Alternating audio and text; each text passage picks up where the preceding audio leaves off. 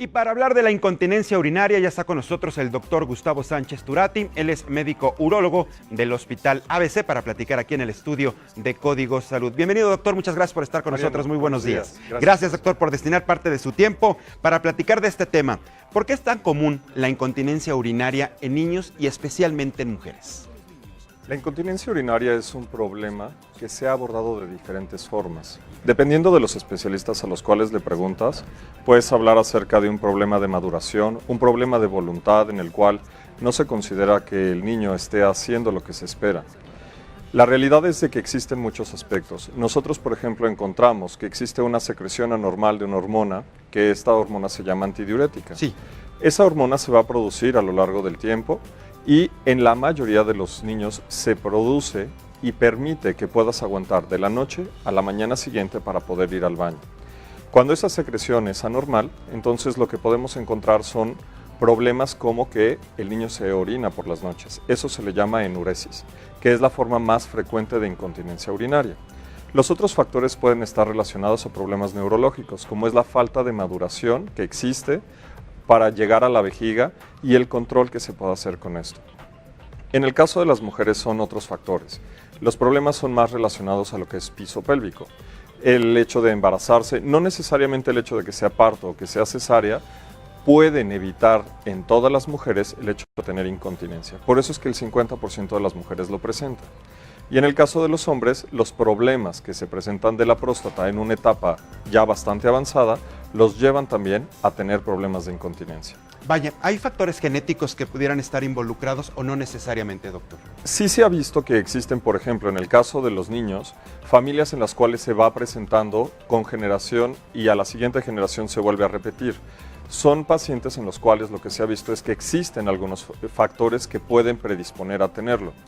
Aunque no lo creas, Mariano, existe, por ejemplo, en los niños que tienen apnea del sueño, ese factor, el hecho de no poder ventilar o respirar adecuadamente en la noche, impide que esta hormona de la que hablamos pueda secretarse y eso lo que va a ocasionar es que podamos nosotros tener incontinencia. Vaya, el aspecto más importante que hay que destacar es que no se puede controlar de alguna manera el poder hacer pipí, ¿no? Que es lo que hacemos regularmente. Nuestro organismo nos ayuda a controlar la vejiga, por ejemplo, y eso hace que en la noche, en el transcurso de día, no nos hagamos pipí encima, finalmente. En el caso de los niños ya nos dijo cuál claramente es la situación y en el caso de los adultos también. ¿Hay alguna manera en la que empecemos a detectar que esto pudiera ocurrir? Lo primero que pasa es cuando van con los pediatras, ¿no? La mamá se angustia porque a los 2 años le dicen en el kinder que bueno, pues tiene que ya empezar a avisar, que tiene que empezar otras cosas. Y conforme va pasando el tiempo, las mamás ven que en los niños ya se avisa tradicionalmente y ven que sus niños siguen perdiendo con el tiempo en la noche. Lo primero que se les dice es que tengan calma. Antes de los 7 años no se debe de estudiar. Después de los 7 años, ahí es cuando ya se debe de empezar a estudiar. Y hay varios tipos de incontinencia, doctor. No sé si haya posibilidad de verlos. Tenemos una serie de gráficos. Los podemos compartir aquí con la audiencia de Código Salud y lo podemos ir platicando con el doctor. Diferentes tipos de incontinencia, ¿cierto, doctor? Exactamente. Existen una que se conoce como incontinencia de esfuerzo. ¿Qué es lo que estamos precisamente viendo? Exactamente. Es la pérdida involuntaria de orina cuando se realiza algún esfuerzo. Esto es típico que las señoras nos dicen, es que me estaba riendo y se salió, quise alcanzar algo dentro de un estante y se me salió la orina. ¿Esfuerzo físico? ¿Se refiere esto a un esfuerzo físico? Exactamente. Por ejemplo, subir rápidamente unas escaleras, sí, levantarse brusco de una silla, agacharse, esto puede generar la incontinencia. Exactamente, eso es lo que puede llegar a generar la incontinencia. Esto es lo que tradicionalmente se conoce o se hace el símil con la vejiga caída y se toman como sinónimos aunque no lo son. Se asume que por el hecho de que la vejiga cambie de posición viene la incontinencia y no siempre es así. La segunda que tenemos aquí marcada es la incontinencia imperiosa, que es la necesidad repentina e intensa de orinar, o sea, de un momento a otro aparece la necesidad de hacer pipí. Esto tiene una connotación especial y quisiera precisarlo. La incontinencia imperiosa o de urgencia, que es como médicamente se le llama, es la sensación que tiene la mujer de o voy al baño en este momento o me va a ganar. No necesariamente se tiene que perder orina, pero solo el hecho de tener esa sensación de que se va a salir es suficiente como para que se marque incontinencia de urgencia. En esto es importante, el mayor punto es afecciones en los nervios. Los nervios pueden estar irritados y pueden llegar a generar estas sensaciones. No hay ningún factor psicológico, sobre todo en este, doctor, que es la incontinencia imperiosa, que se siente la necesidad de ir al baño pues, sin tener la necesidad propiamente biológica de hacerlo. ¿No hay un factor psicológico que influya? Médicamente nosotros lo consideramos que no. No La lo hay. mayoría de las pacientes piensa que es un problema con ellas mismas y realmente no lo es. O sea, cuando se hacen los estudios pertinentes, se demuestra que existe una falla y la percepción del cuerpo es la que se encuentra afectada. Con eso les podemos hacer evidentes que no es algo que ellas decidan, sino es algo que físicamente está pasando en su cuerpo y que tiene tratamiento. Y en ese aspecto no hay necesariamente un control del cerebro. Por eso el tratamiento, como bien lo indica el doctor. El siguiente tipo de incontinencia es el por rebosamiento, tenemos entendido, que es el goteo de orina frecuente. También no hay control en este aspecto, doctor. Exactamente. La incontinencia por rebosamiento se presenta más en los caballeros. ¿Qué es lo que sucede? La vejiga tiene un límite de capacidad y nosotros sabemos que por principio de física los líquidos no son compresibles. Cuando llega a un máximo de capacidad, al paciente se le escapa orina. Eso es a lo que se refiere. Y lo que están haciendo es, hablando de que la próstata y la vejiga llegaron a su límite de capacidad y entonces se escapa hacia el único sitio disponible, que es hacia afuera. ¿Significa entonces, doctor, en este caso específicamente por rebosamiento, que sucede más en los varones que en las mujeres? Es decir, estamos tomando constantemente agua o líquidos, llegamos hasta el máximo y le seguimos, ¿es por eso que la vejiga empieza a soltar poco a poco orina? Quisiera verlo de otra forma. El caballero lo que hace es que no puede vaciar adecuadamente. La vejiga se vacía un 20-30% y entonces ellos voluntariamente restringen líquido. A la hora de tomar un solo vaso de agua, entonces como la vejiga nunca se vació, se llega al 100% de capacidad y la siguiente gota que llega va a ir hacia afuera, porque la presión debe de desbordarse hacia algún sitio, hacia los riñones o hacia el exterior, y en este caso es hacia el exterior. Es al exterior. Y el siguiente tipo de incontinencia es la funcional. Aquí tenemos también ya el dato para que lo compartas y lo tengas muy bien entendido. Este tipo de incontinencia, doctor, es daño físico que impide la atención oportuna, la funcional. ¿Qué tipo de daño físico es? Normalmente son lesiones medulares. Son personas que tenemos secundarias a accidentes o problemas congénitos como puede ser un mielomeningocele o alguna espina bífida.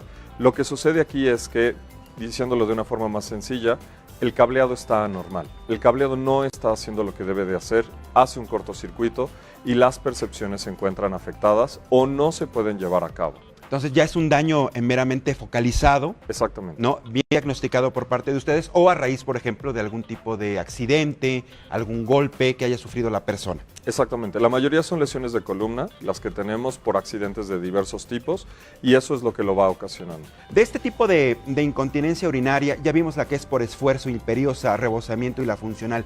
¿Todas absolutamente tienen tratamiento, tienen cura, doctor? ¿O cómo lo van viendo ustedes? Es importantísimo hacer los estudios pertinentes, que es ver la capacidad de la vejiga, cómo se comporta esto con un estudio que se llama urodinámico. Es básicamente preguntarle a la vejiga cómo funcionan los nervios, cómo se comporta con la cantidad de líquido que tiene adentro y qué es lo que siente el paciente.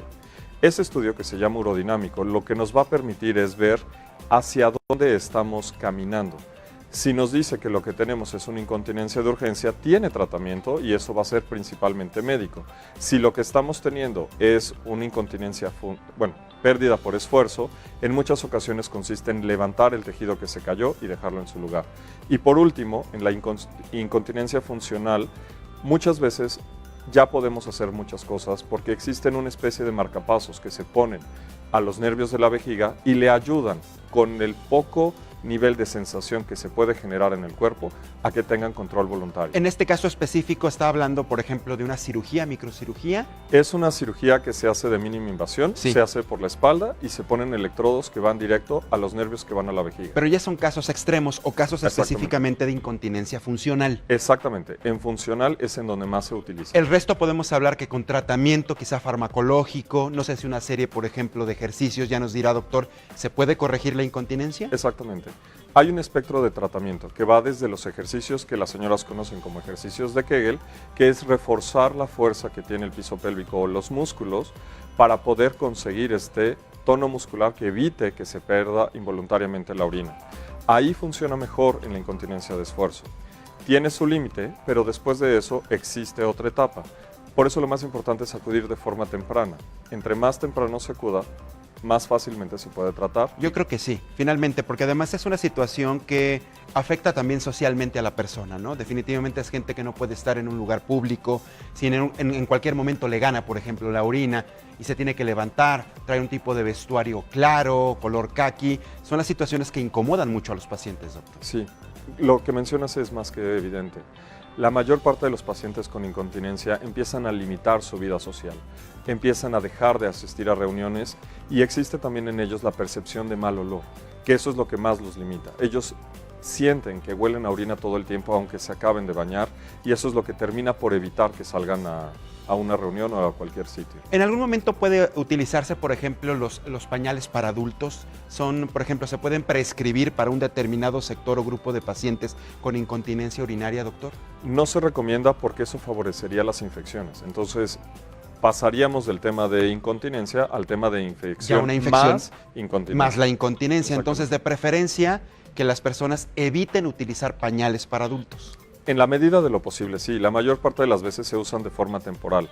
Pero si esto si va siendo más crónico, entonces en ese momento se cambia por algún otro tipo de manejo. Y doctor, y ya con los tratamientos, ya sea que se trabaje directamente con ejercicios específicos, una vez focalizado el tipo de incontinencia urinaria en el paciente, ya nos comenta que se puede corregir de una forma importante, con un porcentaje de éxito muy amplio, muy grande. La persona regresa a hacer sus actividades normales, doctor, tiene que tener algún cambio, modificar algún hábito específico. Por ejemplo, si alguien tomaba demasiados líquidos, ahora tiene que reducir la ingesta de lo mismo. ¿Qué hay con esa parte?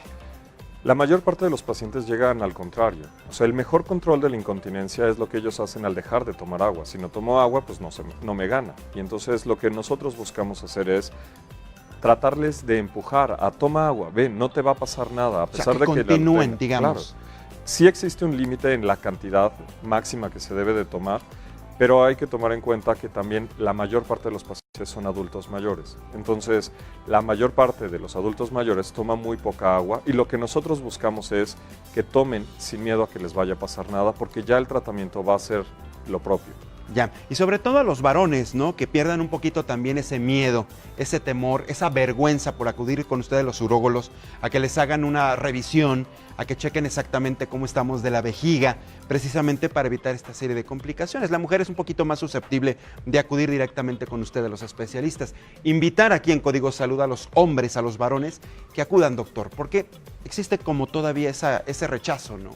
Hay muchos tabús alrededor y si nosotros mencionamos la palabra próstata, lo primero con lo que nos asocian es con el tacto rectal y no necesariamente es necesariamente es así. O sea, el primer miedo es al dedo del doctor. Exactamente. Definitivamente. ¿A qué edad nos recomienda, doctor, acudir con el urólogo, siendo varones? En el caso de los hombres empieza a los 40 años, pero esto es por otro motivo. Es detección temprana de cáncer de próstata. En ese aspecto exclusivamente. Y lo que se va viendo es cómo envejece el cuerpo. O sea, lo más importante es que el urólogo que ellos tengan conozca cómo va envejeciendo, qué tan rápido van habiendo los cambios. Y en el caso de las mujeres es tratar de acudir lo más temprano para poder determinar qué ejercicios se deben de hacer y retrasar o evitar el momento de una cirugía. En redes sociales, doctor, nos preguntan si las personas tomamos agua de manera regular, como nos recomiendan que es 1,5 litros, algunas personas toman 2 litros al día y hacen ejercicio, ¿pueden evitar una incontinencia urinaria más adelante? Sí, de hecho sí. O sea, los estilos de vida saludable, que es una buena alimentación y ejercicio, evitan en gran medida tener problemas de este tipo. ¿Y algún tipo de ejercicio en específico, doctor, antes, durante y después? Por ejemplo, si es una persona ya diagnosticada, ¿tiene que hacer algún tipo de ejercicio específico, aeróbico, anaeróbico? ¿Qué es lo recomendable?